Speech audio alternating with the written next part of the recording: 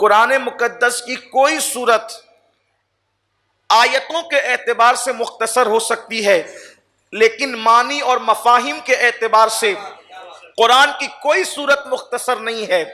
جس کو ہم سورۃ العصر کہتے ہیں، یہ وہ سورہ مبارکہ ہے کہ صحابہ فرماتے ہیں کہ اگر اللہ تبارک و تعالی پورا قرآن نازل نہ بھی فرماتا، صرف یہ ایک ہی سورت نازل فرما دیتا اور لوگ اسی ایک سورت پر عمل کر لیتے تو لوگوں کی دنیا اور آخرت کے لیے سورت کامیابی کی ضمانت ہو جاتی۔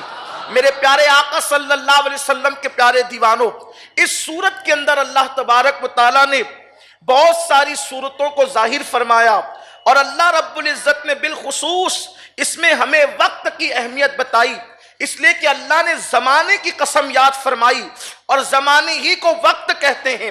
اللہ نے زمانے کی قسم یاد کی، زمانے ہی کو وقت کہتے ہیں، اور وقت ہی کا دوسرا نام زندگی ہے۔ اب آئیے میں آپ کو بتاؤں میرے پیارے آقا صلی اللہ علیہ وسلم کے پیارے دیوانوں، یہ دنیا ہے، یہ کائنات ہے، اور یہ کائنات بہت بڑی کائنات ہے۔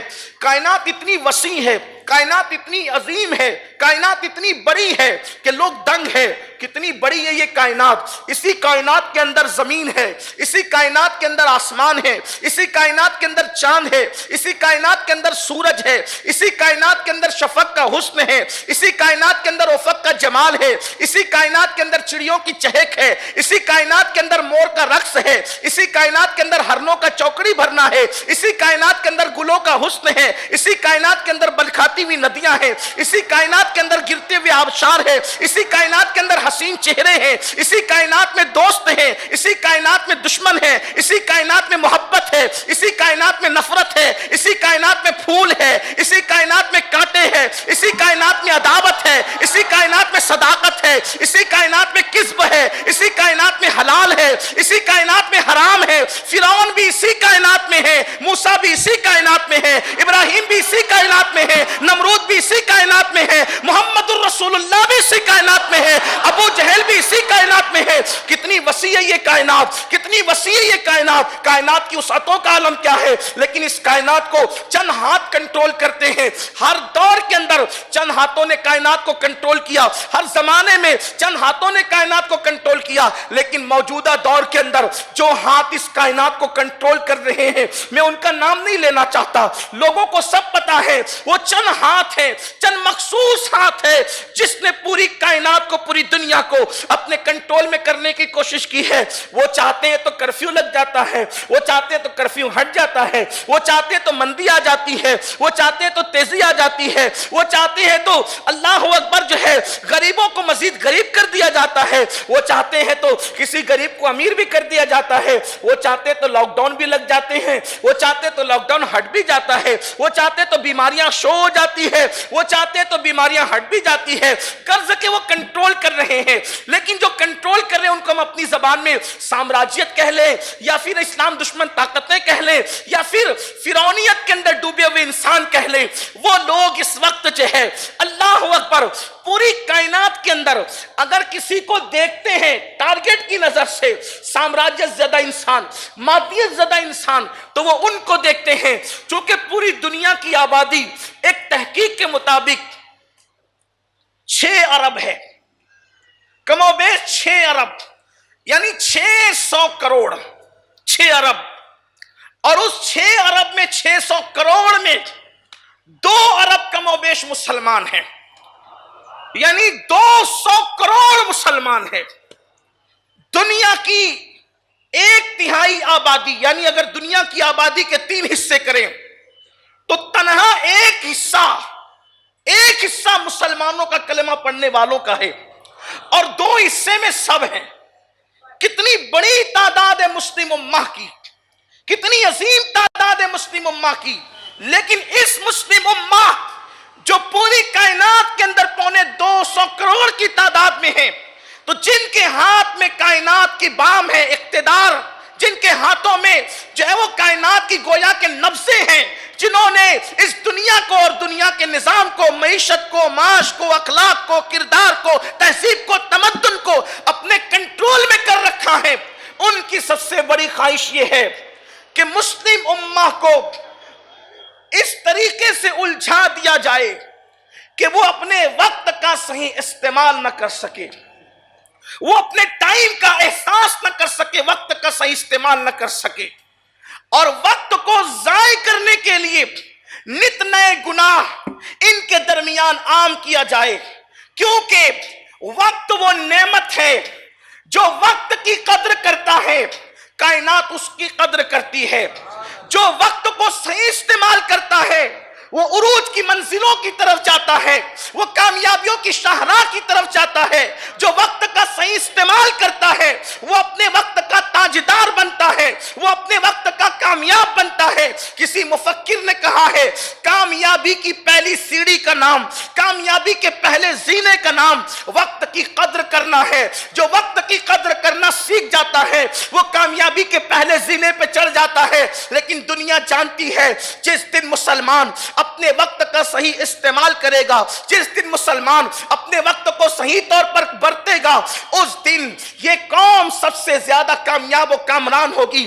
اس لیے ہمیں ایسے گناہوں میں الجھایا جاتا ہے تاکہ ہم وقت کی قدر نہ کریں، وقت سے دور بھاگیں، گویا کہ وقت کو ضائع کر دیں۔ اور آپ دیکھیں اللہ اکبر، وہ قوم جس کے یہاں وقت کی اتنی اہمیت تھی آج وہ وقت کو ضائع کر رہی ہے۔ اللہ اللہ، سب سے زیادہ ٹائم پاس کرنے والی کوئی قوم آپ کو ملے گی تو وہ قوم مسلم ملے گی۔ پارکوں میں کس کی تعداد زیادہ ہے؟ مسلمانوں کی تعداد زیادہ ہے۔ گناہوں کے اڈوں پر کس کی تعداد زیادہ ہے؟ مسلمانوں کی تعداد زیادہ ہے۔ شراب کے اڈوں پر کون زیادہ نظر آتا ہے؟ مسلمانوں کی تعداد نظر آتی ہے۔ لطیفہ گوئی کی محفل کہاں سج رہی ہے؟ مسلمانوں کی یہاں سج رہی ہے۔ مشاعرے فحش مشاعرے جو ہے اللہ اکبر، جس سے نفسانی خواہشات کا جو ہے وہ ظہور ہوتا ہے اور ابھاری جاتی ہے ایسی گندی غزلیں اور ایسے گندے مشاعرے اگر کہیں سجائے جا رہے ہیں، مجروں کی محفل ہو رہی ہے، آرکسٹرا کہیں پر ہو رہا ہے، تو معاذ اللہ گویا کہ وہ مسلمانوں کے درمیان ہو رہا ہے۔ اللہ اللہ، غرض کہ وہ کون سا گناہ ہے جو قوم مسلم کے اندر موجود نہیں ہے؟ میرے پیارے آقا صلی اللہ علیہ وسلم کے پیارے دیوانوں، ہمارے یہاں وقت کی کتنی اہمیت ہے، ہم بے وقت عبادت نہیں کرتے، حالانکہ اللہ نے ہمیں عبادت کے لیے پیدا کیا ہے، عبادت کے لیے پیدا کیا ہے، لیکن ہم بے وقت عبادت نہیں کرتے۔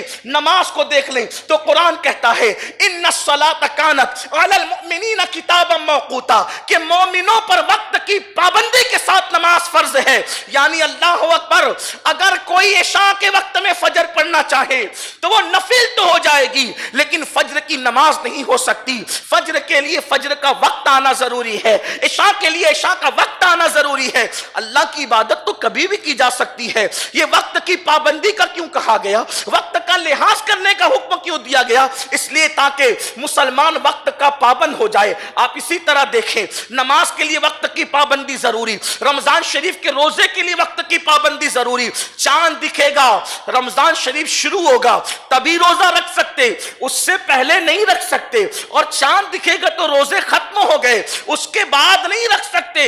عید کے دن روزہ نہیں رکھ سکتے، اس کے بعد صبح صادق سے روزہ شروع ہوگا، غروب آفتاب پر ختم ہو جائے گا۔ اللہ اکبر، روزے میں ٹائم کی پابندی۔ اسی طرح سال پورا ہو جائے تو زکات دو، زکات میں ٹائم کی پابندی، دیر کرو گے تو گنہگار ہو جاؤ گے۔ اسی طریقے سے آپ دیکھیں حج میں ٹائم کی پابندی، ٹائم کی بھی پابندی اور مقام کی بھی پابندی۔ یعنی 9 ذی الحجہ کو اگر آپ عرفات میں پہنچیں گے تبھی حج ہوگا، 8 کو پہنچے تو بھی حج نہیں ہوگا، 10 کو پہنچو گے تو بھی حج نہیں ہوگا۔ قربانی 3 ہی دن ہوگی، حالانکہ قربانی اللہ کو اتنی پیاری ہے کہ خون بہانے سے زیادہ ان دنوں اللہ کو کوئی عمل پسند نہیں ہے، لیکن کوئی 4 دن کرنا چاہے تو نہیں کر سکتا، اور اگر کوئی 2 دن پہ روکنا چاہے تو روک نہیں سکتا، 3 ہی دن قربانی ہوگی۔ اللہ اکبر، یہ کیا پیغام دیا جا رہا ہے؟ وقت کا پابند بنایا جا رہا ہے، وقت کی اہمیت بتائی جا رہی ہے۔ اللہ اکبر، جس قوم کا حال یہ ہو جہاں نماز بھی پابندی ہے وقت کے ساتھ، روزے بھی پابندی ہے وقت کے ساتھ، زکات بھی پابندی ہے وقت کے ساتھ، حج بھی پابندی ہے وقت کے ساتھ، ساری چیزیں پابندی کے ساتھ ہے، آج وہی قوم اپنے وقت کو ضائع کر رہی ہے۔ میری قوم کے جوانوں، وقت تو اس دریا کی لہروں کا نام ہے، جیسے دریا کی لہر ایک مرتبہ گزر جاتی ہے تو دوبارہ پلٹ کر کے نہیں آتی، اسی طریقے سے زندگی کا 1 سیکنڈ، صرف 1 سیکنڈ، زندگی کا 1 سیکنڈ چلا گیا، پھر پوری دنیا کی دولت خرچ کر دو، وہ 1 سیکنڈ پلٹ کر کبھی نہیں آئے گا۔ سب سے قیمتی وقت ہے وقت، سب سے قیمتی وقت ہے، قیمتی سرمایہ وقت۔ علم سے بڑا سرمایہ وقت، دولت سے بڑا سرمایہ وقت۔ کیوں؟ دولت کھو گئی، محنت کر کے پھر کما لیں گے، لیکن وقت چلا گیا، نہیں کمایا جا سکتا۔ وقت تو برف کی اس سل کی طرح ہے، برف کی اس لادی کی طرح ہے جو سورج کے نیچے پڑی ہوئی ہے، جو مسلسل پگھل رہی ہے۔ ہماری زندگی بھی ایسی ہی ہے، وقت جا رہا ہے، بچپنا گیا تو پھر لوٹ کے نہیں آئے گا، جوانی گئی تو پھر لوٹ کر نہیں آئے، اور جب زندگی ختم ہو گئی تو پھر اس کے بعد زندگی نہیں ملے گی۔ اللہ نے ہمیں وقت دیا، اس کی قدر کریں۔ حضرت امام شافعی رحمت اللہ علیہ فرماتے ہیں کہ میں صوفیہ کی صحبت میں بیٹھ بیٹھ کر میں نے 2 جملے بڑے عظیم سیکھے، اور 2 جملوں نے مجھے بہت فائدہ پہنچایا صوفیہ کے۔ وہ فرماتے ہیں صوفیاء کرام کہ اگر وقت ایسی 2 دھاری تلوار کا نام ہے، صوفیہ فرماتے ہیں وقت ایسی 2 دھاری تلوار کا نام ہے کہ تم نے اگر اس کو نہ کاٹا، نہ استعمال کیا صحیح طور پر، تو یہ تم کو کاٹ کر رکھ دے گی۔ وقت کا صحیح استعمال کرنا سیکھو، اور اسلام دشمن طاقتیں مسلم امہ کو فیشن کے نام پر، گیمز کے نام پر، گانوں کے نام پر، سیریلوں کے نام پہ، فلموں کے نام پہ وقت ضائع کرنا، وقت برباد کرنا سکھا رہی ہے۔ اور ہم وقت برباد کر رہے ہیں پاگلوں کی طرح، 3 گھنٹے فلم میں بیٹھے ہیں، ہمیں احساس ہی نہیں کہ ہم نے کیا گنوا دیا۔ 3 گھنٹے کس کو کہتے ہیں؟ 3 گھنٹے ایک فلم کی نظر ہم 3 گھنٹے کر دیتے ہیں۔ کوئی سیریل دیکھنے بیٹھے 1 گھنٹہ اس کی نظر کر دیتے ہیں، کوئی دنیاوی میگزین پڑھنے بیٹھے اس کی نظر وقت ضائع کر دیتے ہیں، جبکہ اللہ کے رسول صلی اللہ علیہ وآلہ وسلم نے ارشاد فرمایا کہ جس نے دنیا میں اپنی زندگی کا 1 لمحہ ضائع کیا ہوگا، صرف 1 لمحہ، اس کو ہم سیکنڈ بھی کہہ سکتے ہیں، 1 لمحہ، جس نے اپنی زندگی کا 1 لمحہ ضائع کیا ہوگا، جنت میں بھی وہ حسرت سے ہاتھ مل رہا ہوگا کہ میں نے اپنی زندگی کا 1 لمحہ کیوں ضائع کر دیا۔ اگر اس 1 لمحے میں بھی میں اللہ کا ذکر کر لیتا تو جنت کی اس منزل میں نہیں رہتا، اس سے اعلیٰ منزل میں رہتا۔ میرے پیارے آقا صلی اللہ علیہ وآلہ وسلم کے پیارے دیوانوں، آج ہم وقت کا غلط استعمال کر رہے ہیں۔ آپ سوچیں، تھوڑا سا تجزیہ کریں، ہم نے واٹس ایپ کو کتنا ٹائم دیا اور اللہ کی کتاب کو کتنا ٹائم دیا؟ ہم نے یوٹیوب کو کتنا وقت دیا؟ تجارت کو کتنا وقت دیا؟ میں یہ نہیں کہتا کہ آپ تسبیح لے کر بیٹھ جائے، تجارت نہ کریں، تجارت کریں، اس میں وقت لگائیں، کیونکہ وہ وقت کا ضیاع نہیں ہے، وقت کو ضائع کرنا نہیں ہے، تضییع اوقات نہیں ہے۔ میں نے تو بہت سارے مذہبی کہلانے والے لوگوں کو بھی گیم کھیلتے دیکھا ہے، کچھ لوگوں کو روزے کی حالت میں بھی گیم کھیلتے دیکھا ہے، اور لوگ اس میں کہتے ہیں کہ مولانا یہ تو گیم ہے، اس میں کوئی تصویر گندی نہیں ہے، اس میں کوئی ننگی تصویر نہیں، اس میں کوئی عورت کی تصویر نہیں، تو گیم ہے۔ اسلام کہتا ہے کہ وقت کو ضائع کرنا یہ خود ناجائز ہے۔ صوفیہ وقت کو بچانے کی بات کرتے ہیں، بلکہ میرے آقا علیہ السلام فرماتے ہیں جو پوری رات سوتا رہے وہ مردار ہے۔ سونے میں تو کوئی گناہ نہیں ملتا، پھر بھی مسلمانوں کو کہا گیا کہ پوری رات سوتے مت پڑے رہا کرو ورنہ تم مردار ہو۔ پوری رات سوتے پڑے رہنے والا مردار ہے، حالانکہ سونے والا گناہ نہیں کرتا۔ ہمارے یہاں سونے کی بھی لمٹ ہے۔ ولایت جس کو ولی بننا کہتے ہیں، ولایت اللہ کی دوستی، اس کا پہلا زینہ 3 چیزیں ہیں: کم کھانا، کم سونا، کم بولنا۔ اللہ کے رسول علیہ الصلوۃ والتسلیم نے فرمایا میری امت کے کچھ لوگ ایسے ہیں، سنیے دل کے کانوں سے، اجابت الغوث میں علامہ شامی نے اس کو لکھا ہے جس کا مفہوم پیش کر رہا ہوں۔ آقا فرماتے میری امت کے کچھ لوگ ایسے ہیں جن کی برکت سے اللہ آسمان سے بارش برساتا ہے، جن کے صدقے میں اناج پیدا فرماتا ہے، جن کے صدقے میں لوگ جنگوں کو جیت جاتے ہیں، جنگوں میں فتح نصیب ہوتی ہے، جن کے صدقے میں مصیبتیں ٹلتی ہیں، مصیبتیں دور ہوتی ہے۔ صحابہ نے پوچھا حضور وہ کون ہے؟ آقا فرماتے ان کو ابدال کہا جاتا ہے، ابدال۔ پھر میرے آقا سے پوچھا گیا انسان ابدال کیسے بنتا ہے؟ تو آقا نے فرمایا وہ کثرت نوافل کی وجہ سے ابدال نہیں بنتا، وہ زیادہ بھوکا رہنے سے اور زیادہ جاگنے کی وجہ سے ابدال بنا دیا جاتا ہے، اور اس کا سینہ کینے سے پاک رہتا ہے، اس بنیاد پہ وہ ابدال بنتا ہے۔ تو زیادہ سوتے جو رہتے، رات بھر جو سونے والے، اللہ کے رسول فرماتے ہیں وہ مردار کی طرح ہے، مردار ہے وہ جو زیادہ سوتے ہیں۔ اور پھر اللہ کے حبیب علیہ الصلوۃ والتسلیم نے ایک مقام پہ فرمایا، سنو غور سے سنو، اللہ کے حبیب علیہ السلام فرماتے ہیں جو پوری رات سوتا پڑا رہے، اس کو شیخ ابو طالب مکی نے اپنی کتاب میں نقل کیا ہے۔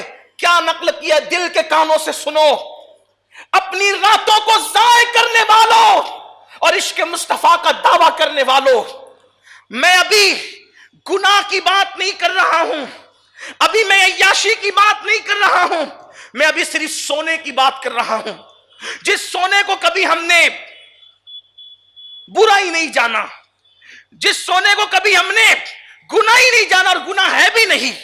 میرے آقا صلی اللہ علیہ وآلہ وسلم فرماتے ہیں جو پوری رات سوتا رہے، پوری رات، جو پوری رات سوتا رہے اور مجھ سے عشق کا دعویٰ کرے، میں محمد اعلان کرتا ہوں کہ وہ جھوٹ بول رہا ہے۔ جو پوری رات سوتا رہے اور عشق کا دعویٰ کرے وہ جھوٹا ہے، عشق رسول کا دعویٰ کرے۔ کون کہہ رہا ہے؟ مصطفیٰ جان رحمت فرما رہے ہیں۔ کون کہہ رہا ہے؟ صادق و مصدوق نبی فرما رہے ہیں۔ کون کہہ رہا ہے؟ جس نے اپنی زندگی میں اپنی طبیعت سے، اپنی مرضی سے کبھی بات ہی نہیں کی، جب بھی بات کی ہے تو زبان ان کی تھی، کلام خداوند قدوس کا تھا۔ افصح العرب سید الفصحاء مصطفیٰ جان رحمت فرماتے ہیں جو مجھ سے عشق کا دعویٰ کر کے پوری رات سوئے وہ جھوٹا ہے، جھوٹا۔ حضور سے عشق کا دعویٰ کر کے جو پوری رات سوئے وہ جھوٹا ہے، سوتا رہے۔ حضور سے عشق کا دعویٰ کر کے جو فجر میں نہ اٹھے، اس لیے کہ فجر کا تعلق رات سے نہیں ہے، فجر کا تعلق رات سے نہیں ہے، فجر کا تعلق صبح سے ہے۔ اس کو فجر کہتے اس لیے ہے کہ وہ صبح کی نماز ہے۔ حضور علیہ السلام فرماتے کہ رات بھر سونے والا عشق کے دعوے میں جھوٹا ہے، تو جو فجر میں بھی نہیں اٹھتا وہ کتنا بڑا جھوٹا ہوگا حضور کی نگاہ میں۔ ایک بات اور دوسری بات، جو صرف رات بھر سو جائے وہ عشق میں جھوٹا ہے، اور جو اپنی راتوں کو انٹرنیٹ پر زنا کے مناظر دیکھتے ہوئے گزارے، جو اپنی راتوں کو گیم کھیلتے ہوئے گزارے، جو اپنی راتوں کو فلمیں دیکھتے ہوئے گزارے، جو اپنی راتوں کو دوستوں کے ساتھ نکڑ پر، چوراہوں پر، چوک پر گندی گلیز بکواس کرتے ہوئے گزارے۔